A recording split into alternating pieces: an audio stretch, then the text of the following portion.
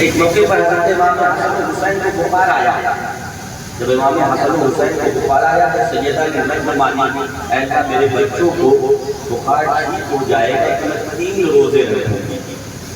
ہمارا تو معاملہ ہے بہت آسان والی نظر مانتے تھے, بہت آسان والی نظر مانتے تھے. کون سی؟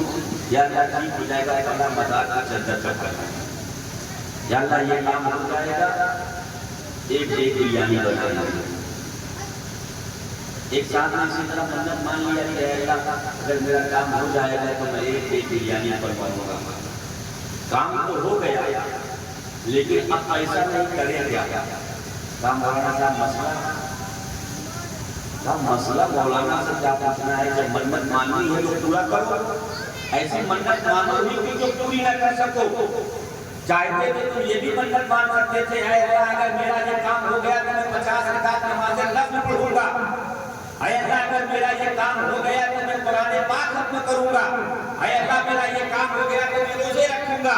وہ روزے, وہ نمازیں, وہ تقویٰ, وہ طہارت, وہ نفلی عبادات جو تمہیں اللہ سے قریب بھی کر دیں اور تمہاری نظر بھی پوری ہو جائے, ایسی نظر مانو جو تمہارے لیے یہاں بھی فائدہ پہنچائے وہاں بھی فائدہ پہنچائے.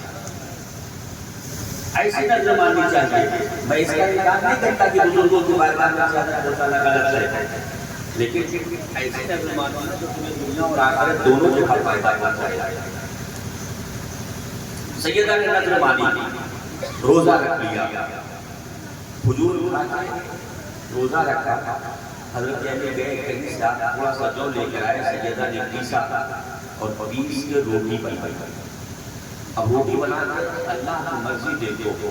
آئے نماز کے وقت, آئے روزہ افطار کے وقت, دروازے پہ سائل آ گیا اور اس نے دستک دی. بہت زیادہ بھوکا ہوا, کھانے کے لیے اگر کچھ روٹی ہو تو دے دو. بچوں نے بھی روزہ رکھا ہے, امام حسین نے بھی روزہ رکھا ہے, امام حسن نے بھی روزہ رکھا ہے, مولا علی نے بھی, سیدہ فاطمہ نے بھی. مولا علی نے سیدہ کی جانب دیکھا, سیدہ نے مولا علی کی جانب دیکھا. حسنین کریمین میں سب سے چھوٹے امام حسین تھے. میرے آقا تاریخ میں لکھا ہے, حدیث میں ملتا ہے, سب سے پہلے امام حسین نے کھانے کا برتن اٹھایا اور کہا میں لے جا کے سائل کو دے کے آتا ہوں. جب حسین نے برتن اٹھایا, علی اور فاطمہ کے چہرے پہ مسکراہٹ آ گئی. ہاں حسین تم جاؤ دے کے آؤ, یقیناً تربیت مصطفیٰ کا جوہر نظر آ رہا ہے. گئے حسین جا کے کھانا دے کر آئے, کھجور کھایا, پانی پیا, روزہ کھل گیا. دوسرے دن 3 روزے مانے لینا, دوسرے دن 3 روٹی بنائی. جیسے بیٹھے پھر آواز آئی, سائل ضرورت مند ہو کچھ کھانے کے لیے وہ تو آئے نبی کے گھر والوں کو دے دو. روٹی اٹھائی, لے جا کے سائل کو دے دیا. پھر کھجور کھایا, پانی پیا, روزہ رکھ لیا. اب جب تیسرا دن آیا نا تو آیا سائل آ گیا اور اس نے آگے کہا, اس بار بھوکا بھی, یتیم بھی, مسافر بھی, اے نبی کے گھر والوں اگر کچھ کھانے کے لیے ہو تو لاؤ.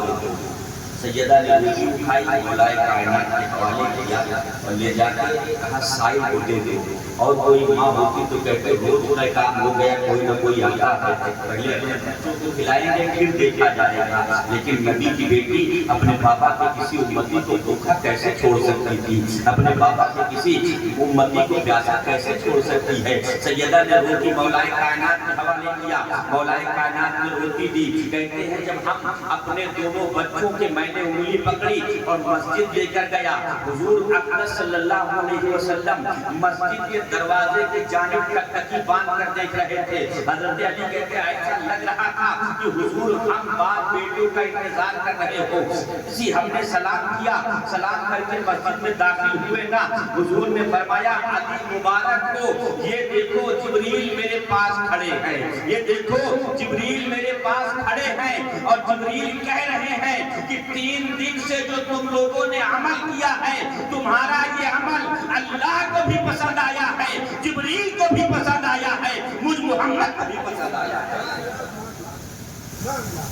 یہ نبی کے گھر والوں نے, اور یہ ان کی شان ہے کہ ان کے کاموں کی تعریف اللہ کرتا ہے, ان کے عمل کی, ان کے کردار کی تعریف اللہ کرتا ہے.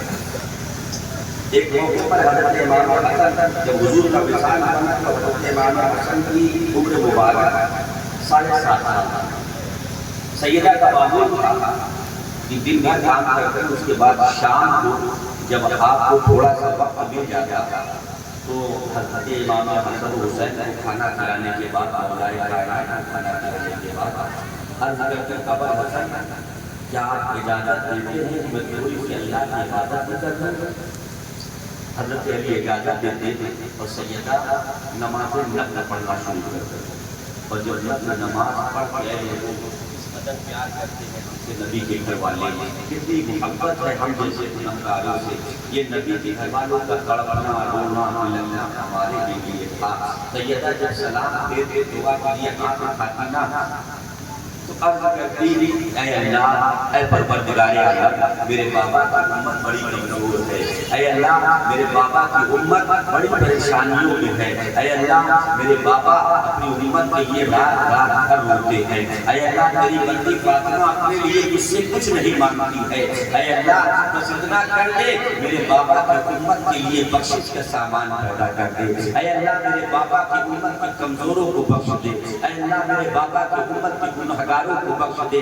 جب سیدہ یہ دعا مانگتی تو ایک موقع پر امام حسن عرض کرتے ہیں اے میری ماں سیدہ، آپ ہمیشہ اپنے بابا کی امت کے لیے دعائیں مانگتی ہیں، کبھی ہم دونوں بھائیوں کے لیے بھی دعا مانگ لیا کریں، کبھی ہمارے بابا کے لیے دعا مانگا کریں۔ سیدہ فرماتی ہے بیٹا تمہارے لیے بھی دعا مانگتی ہوں، تمہارے بھائی حسین کے لیے بھی دعا مانگتی ہوں، تمہارے بابا علی مرتضیٰ کے لیے بھی دعا مانگتی ہوں، لیکن فاطمہ کی دعاؤں پر سب سے پہلا حق جو ہے وہ تمہارے نانا کی امت کا ہے، اس لیے تمہارے نانا کی امت کے لیے پہلے دعا مانگتی ہوں۔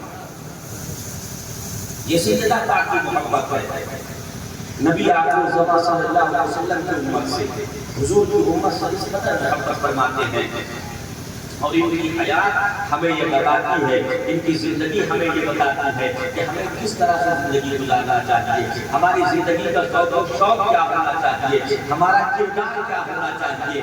آج ہم نے سرکار امام کو ہم اہل سنت اور سنی کا نعرہ اس وقت تک نہیں مکمل ہوتا جب تک کہ یا حسین کے ساتھ یا حسن بھی نہ لگائے۔ ہم امام حسن سے بھی محبت کرتے ہیں اور امام حسین سے بھی محبت کرتے ہیں۔ ہماری محبت یہ نہیں کہ ایک بھائی کو لے کر تم میں دوسرے بھائی کو بھول جائے، اس لیے امام حسن کو بھی یاد رکھو، سیدہ کے بھائی کی سب سے پہلی خوشی کا نام حسن ہے۔